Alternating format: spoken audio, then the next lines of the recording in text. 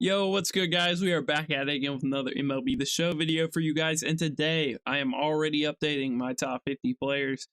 We got a huge drop of content, and the old one's honestly outdated already. It's only been 8-9 days from the time you guys are seeing this, and it's already kind of out of date. A lot of those previous cards are out. I would not necessarily recommend people running them anymore. And oh boy, do we have a massive list for you guys today. It says top 50. This is not top 50. This is top 66. I came up with that amount of cards in the game that I think are worth ranking, are worth running, or in some of these cards cases, they will just be kind of, honorable mentions.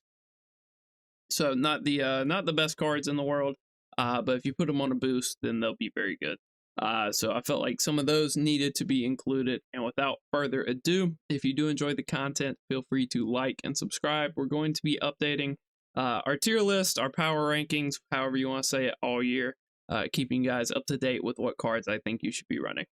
So first things first, we're going to start with Bummer here. Probably just B tier.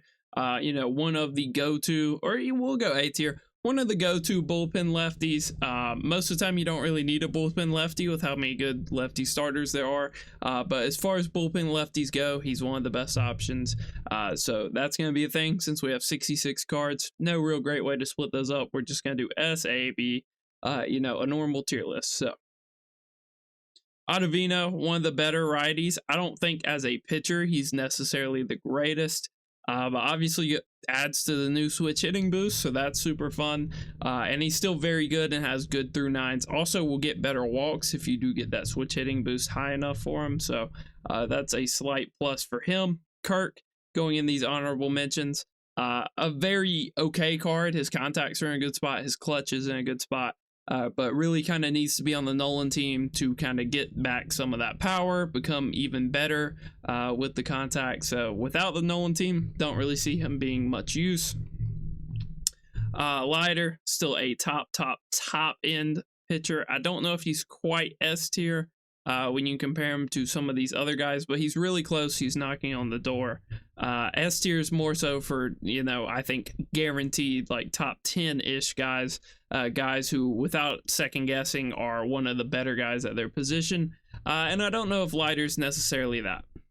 Babe, definitely one of the top as a first baseman or as an outfielder. It's hard for you to find somebody that's better than him. Definitely deserving of that S tier. Bobby Witt, my tone has changed a little bit on this card. If you're on like Legend, I think he's a cool B tier. But since these tier lists are more so geared towards All-Star and Hall of Fame, I think he's fine. His defense is great and the speed is awesome with the way the game plays this year. All you need to do is get people on base and you will score. Stealing is relatively easy this year. It feels like runners don't get thrown out too much unless they just get the worst jump known to man. Or your opponent pitches out, something like that. Even then, sometimes they're still safe. So personally, I think Bobby Witt's very good. He's good at getting on base. If you really enjoy his swing, I think he's good and he plays great defense.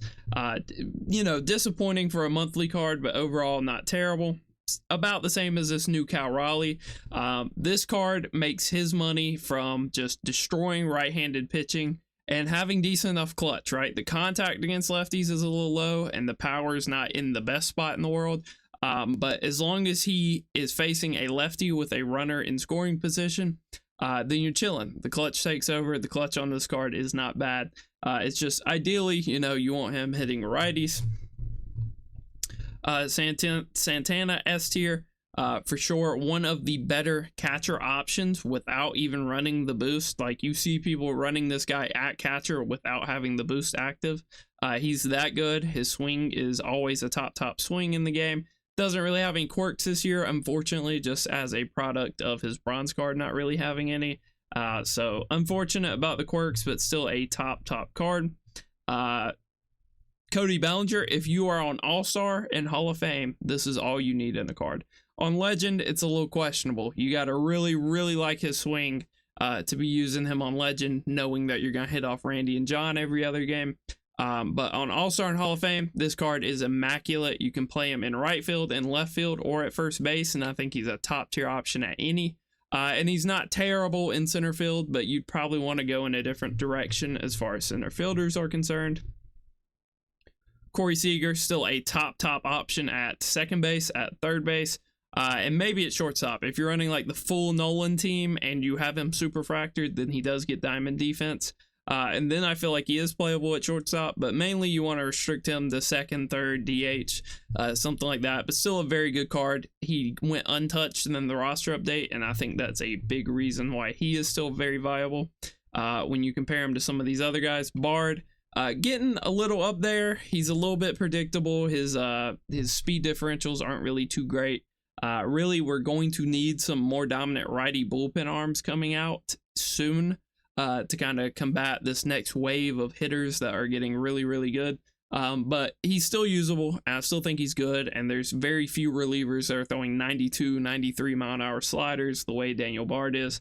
So he's still really good, and he's still probably the best pick from that captain pack. Captain Dansby, I think he's a little bit behind the curve at this point, but he's still super usable. Obviously, you can run him on the Buxton boost, and then he gets a lot more power, and then he gets a lot more usable, and he's actually probably one of the better shortstop options in the game in that case. But obviously, not everybody's running the Buxton boost, and not everybody took this Dansby card. Dante, if you need a DH against lefties, I think I'd rather have him over Ryan Braun. I always love Dante's swing in the game. I think it's such a slept-on swing. And it's mainly because you can't really play him in the field. He's more of a DH every single year. I think this card coming out right now makes him a top option as a DH against lefties. And he can hold his own against righties. He's not completely insane against righties, but he can definitely hold his own against righties. Dustin May, A tier. Basically like a right-handed lighter, honestly. Working off that sinker, working off that cutter. Gets a ton of rollovers. I don't know why they decided to give him such an insane speed differential between his cutter and his sinker, but he gets so many rollovers. He, what makes a guy like Pedro not that great is that he's throwing that cutter 97, 98 miles an hour, and a lot of times your opponent reads four seam, and they would have been late on the four seam, so they crank the cutter. Dustin May does not have that problem. His cutter sits comfortably under his sinker, and he gets a lot of rollovers and weak contact. If this card had higher through nines, I think he'd be one of the best pitchers in the game. But in his current format, he's still really good. Edward, not a bad card. I think he's one of the more overpriced cards in the game. He's came down a good amount since that classic pack was in the program. So he's still a usable guy, and I still think he's one of the better pitchers in the game, but probably not the top option that a lot of people thought that card would be.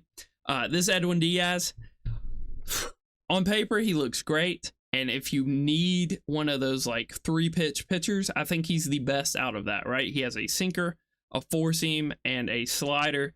I think the only way you get better than that is a guy like Camilo Doval, where he has an outlier cutter instead of the four seam. But as far as those 3-pitch pitchers are concerned, Edwin is one of the better ones out of that group, those like Dibble type pitchers.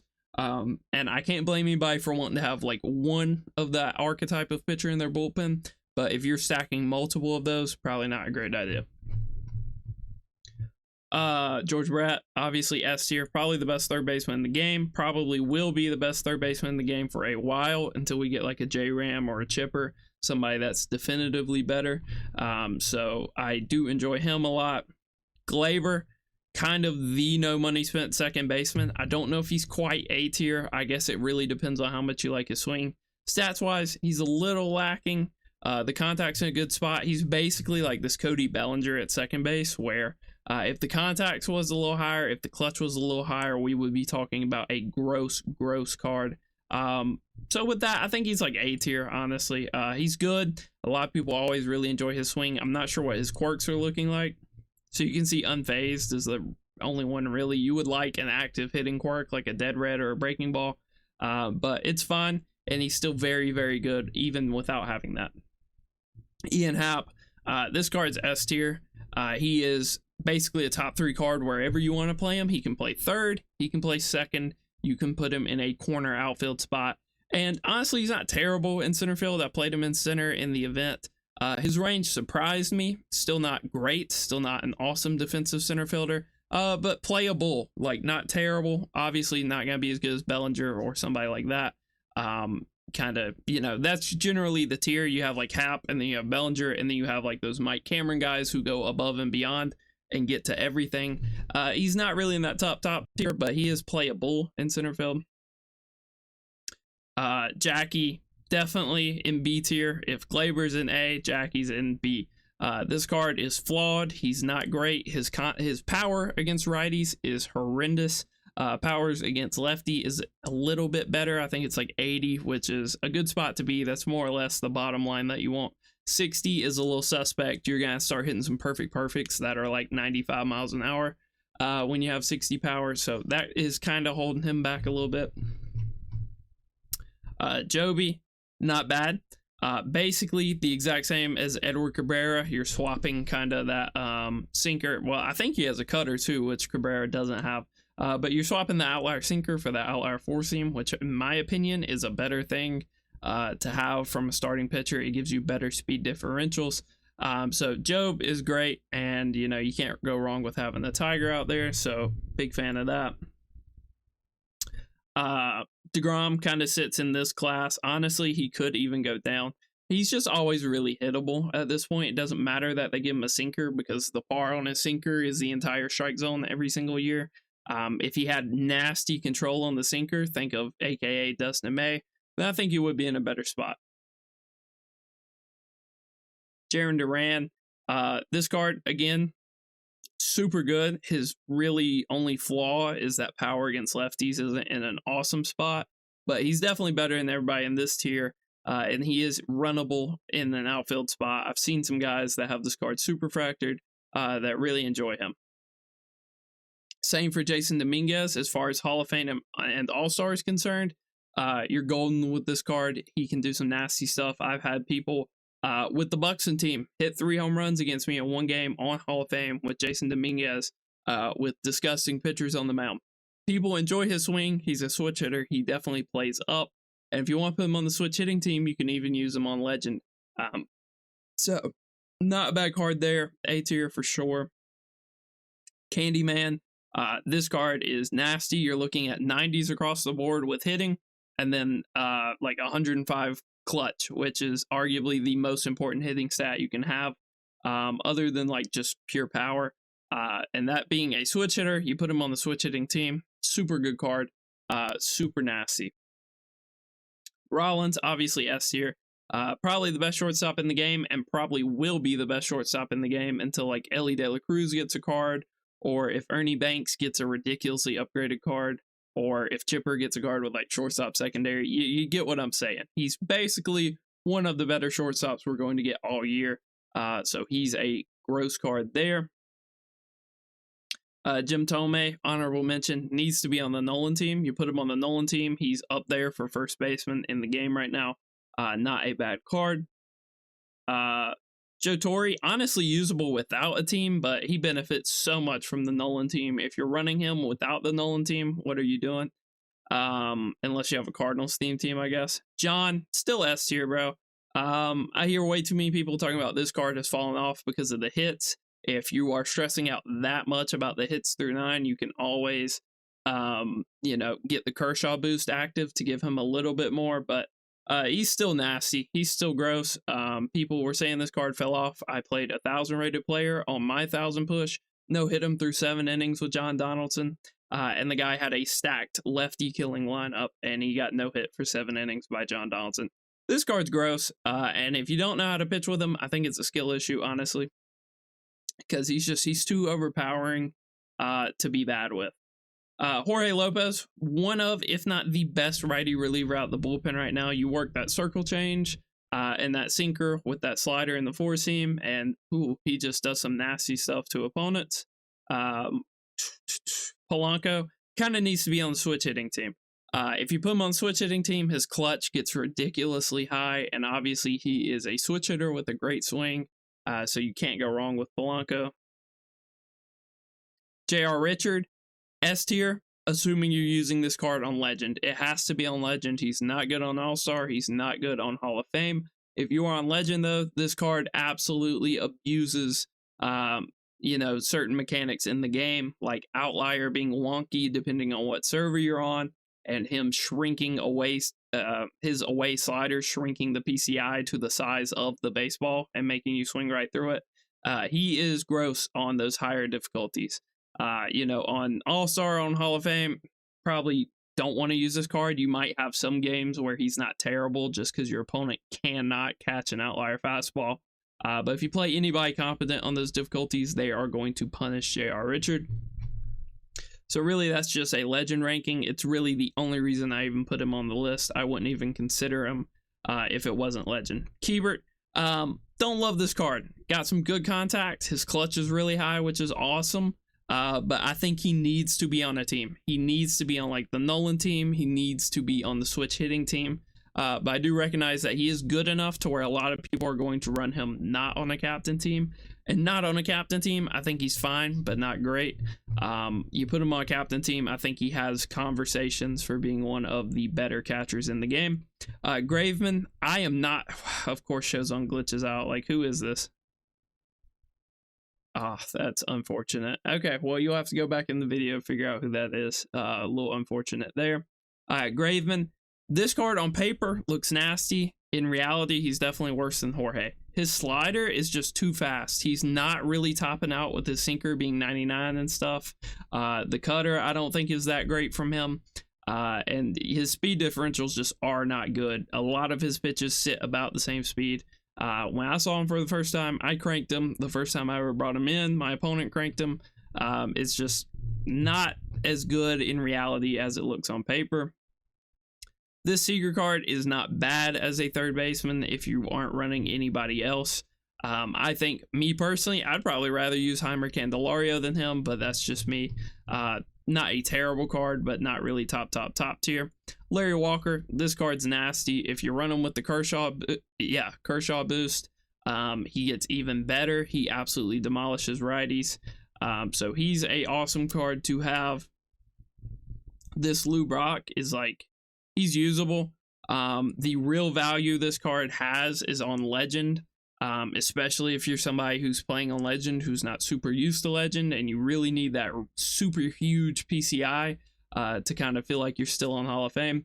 Then I think he has a lot of value, but other than that, this card's going to get scammed a lot. He is going to hit a lot of good swings that go right to a fielder. He's going to hit some perfects that go 97, 98 off the bat. And that's just going to be the reality of using this card. He's still going to have a spot in the meta because he's super fast and decent on defense. And with the way the game plays this year, if you just get somebody on base, you never know what can happen. But not a great card in my opinion. Never been a huge fan of Lou Brock cards.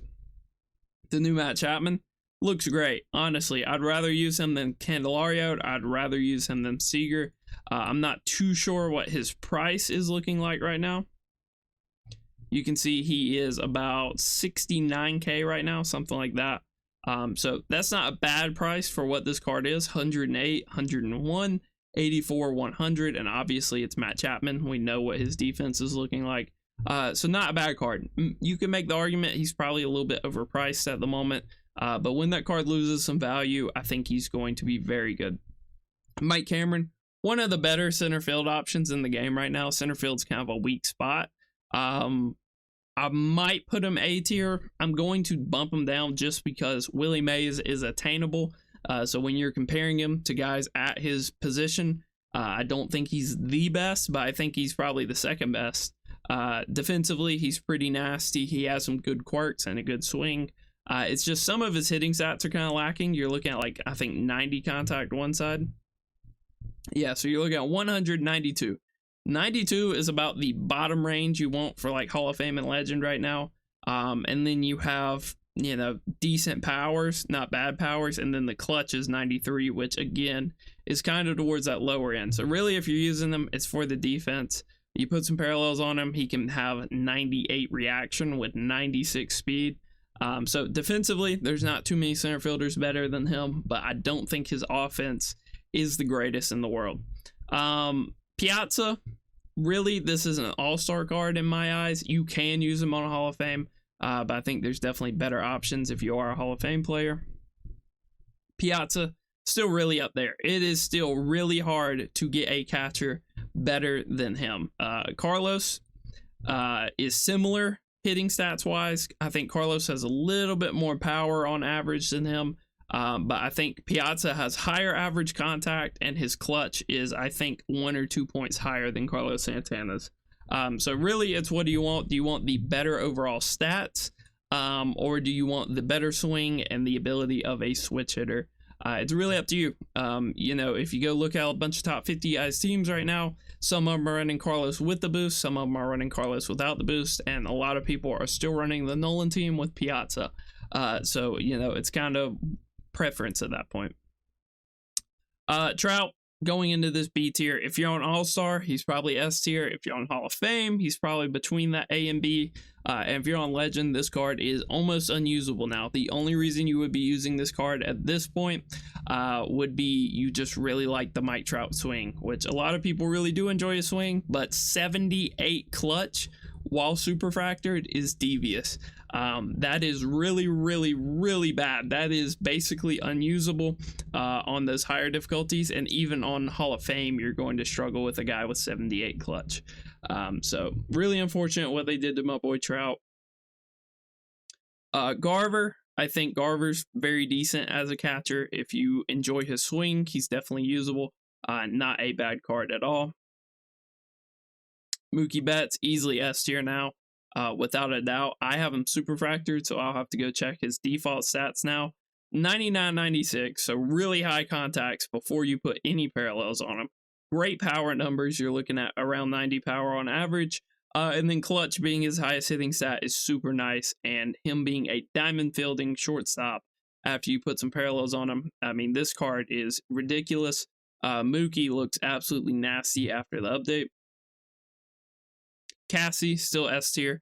If you need somebody in your lineup to absolutely punish lefties, he's still the go-to. There's some other options, like Bichette came out, Ryan Braun's been out, but Cassie's still better than both of them. He still has a better swing than both of them. So, he's up there. Nico Goodrum, honestly, has a discussion for S tier. Probably plays the best defensive shortstop in the game right now. But can also play second, can also play every outfield spot, and I believe he can also play first base. So anywhere on the field you need this guy, he can play there. Makes a shortstop team, or not shortstop team, switch hitter team. So absolutely nasty card with an awesome swing. All he's really missing is some quirks, and some of his stats can be a little low, but when you're a switch hitter, you kind of look past a lot of that stuff. Noah Schultz, I think he's getting a little bit dated. I can't possibly put him on the same tier as Leiter. He's still a very good option, and he's not inherently bad. If you're on All-Star, he probably is going to suck, but on Hall of Fame and Legend, pretty good pitcher. Not top tier, but pretty good. O'Neal Cruz, popular demand dictates I have to put him on the list.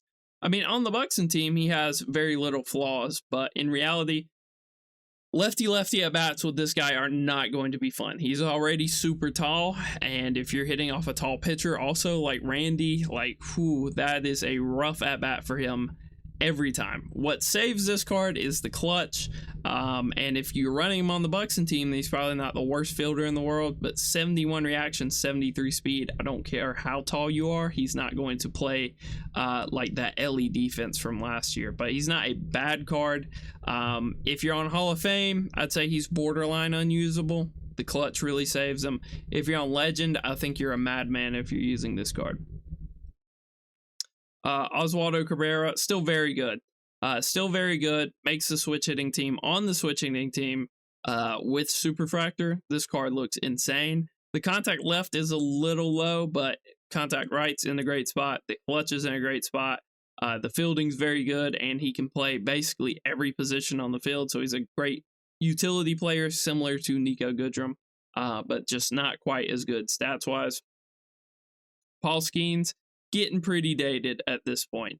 I don't think I would inherently put him right next to Job. Job is what Skeens should be. He should have slightly better control. He should have an outlier that actually works. But it feels a little weird to put him in the C tier. I don't even think we're going to really use the C tier, so I'll probably just bump up Dansby to it. Um, I gotta drop him. His outlier not working is killing him. It doesn't really matter if you've super factored him and he has like 94, 95 hits through 9. I think no outlier for him is really rough, and it's kind of a death sentence at this point. Randy, still super good. You'll run into certain players where you pitch Randy and they just tee off against him because they've seen him forever. But I can tell you from personal experience, I've hit off Randy the last 2 years.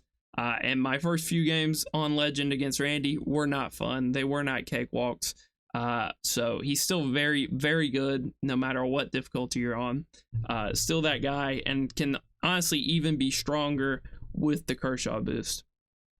This new reliever that came out, Reed Garrett. I'm just putting him honorable mentions because I think he looks really good. I have not personally used him. I don't know if he's necessarily worth his price tag, but on paper he looks really good, and you could definitely go try him and give him a shot. I think he's not a bad pitcher. The speed differential seemed a little wonky to me, but other than that, I think he's fine.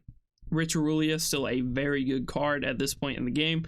It's hard to find shortstops that have his contact, his power, and if you enjoy his swing, but for me personally, I don't really love his swing. Something weird about it with his leg kick. Give me Mookie all day. Give me Nico Goodrum all day. And give me Corey Seager at shortstop all day over him. Raleigh Fingers, still a really good righty option. Not a bad card at all out of the bullpen.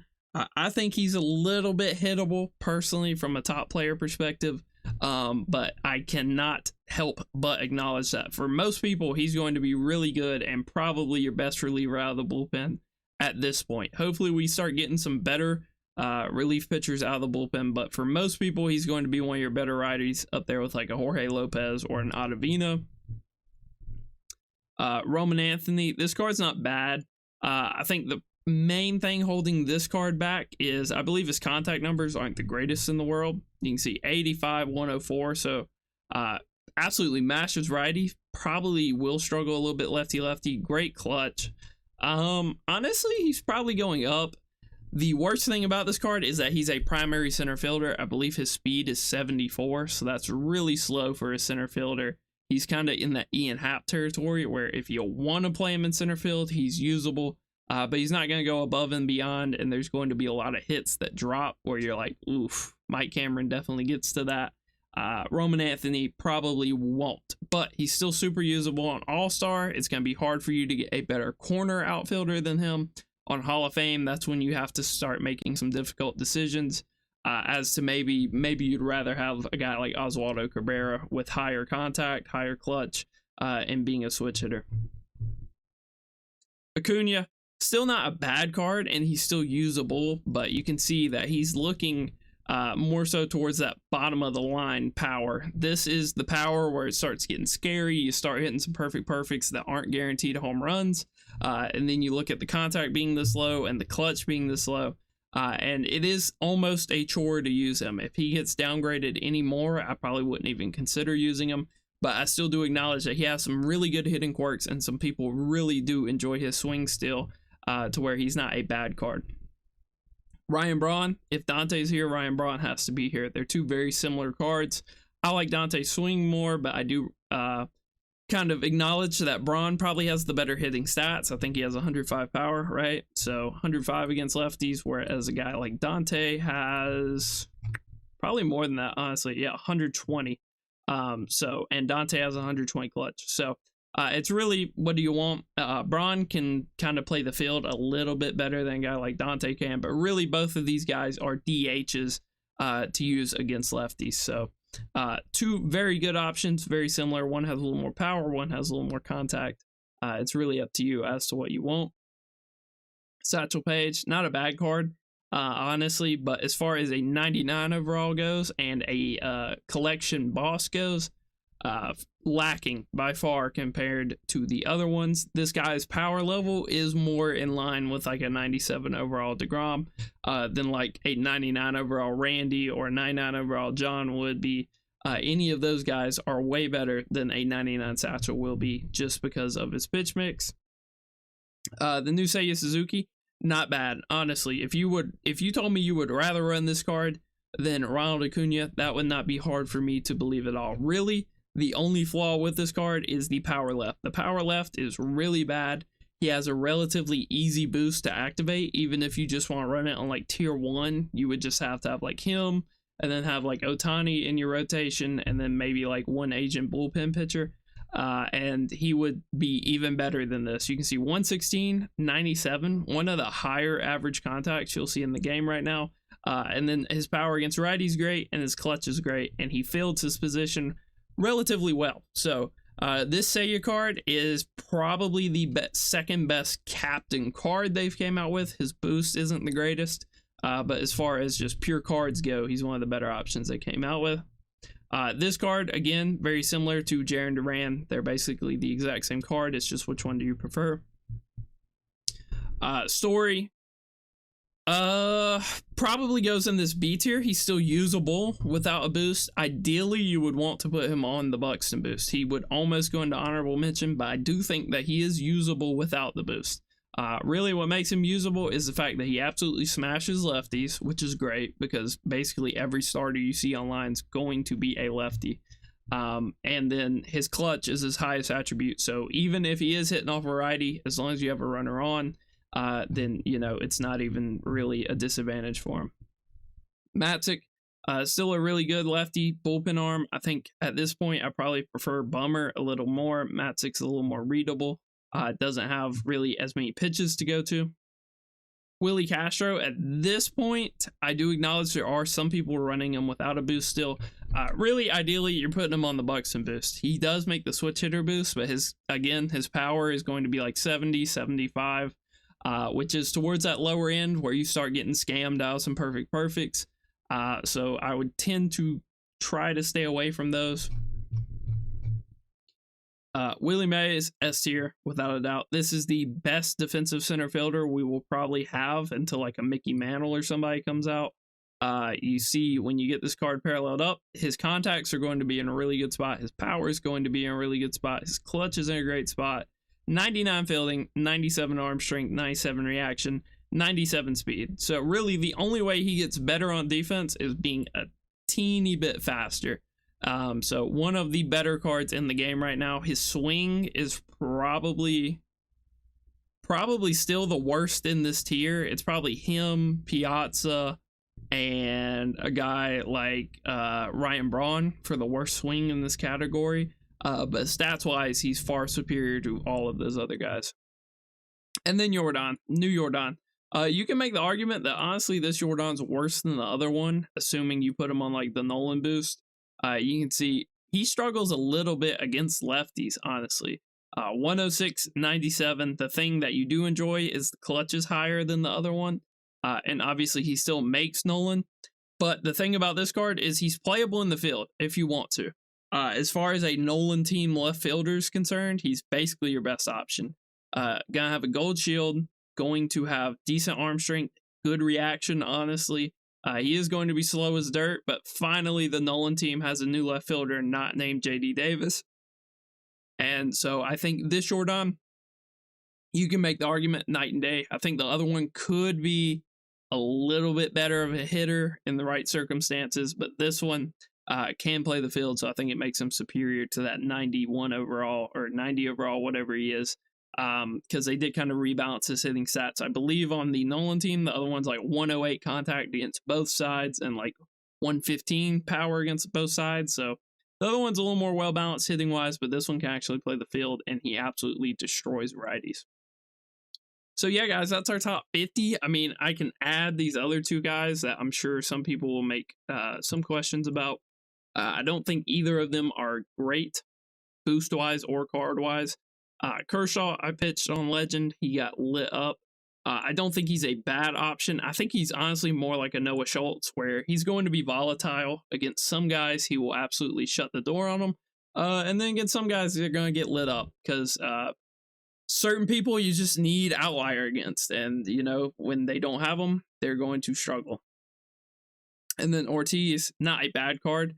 I think hitting lefty-lefty with him is going to be really tough. We don't have a lot of first basemen here on this list. Is he inherently better than a guy like Palmeiro, you can see 96 contact is higher. 75 power isn't really where you want to be. Really, he's here to destroy right-handed pitching, and the clutch being 125 is really nice. So I'll bump him just because Ortiz, and a lot of people really like his swing, and obviously he has good hitting quirks. But he would not be my first pick for a first baseman.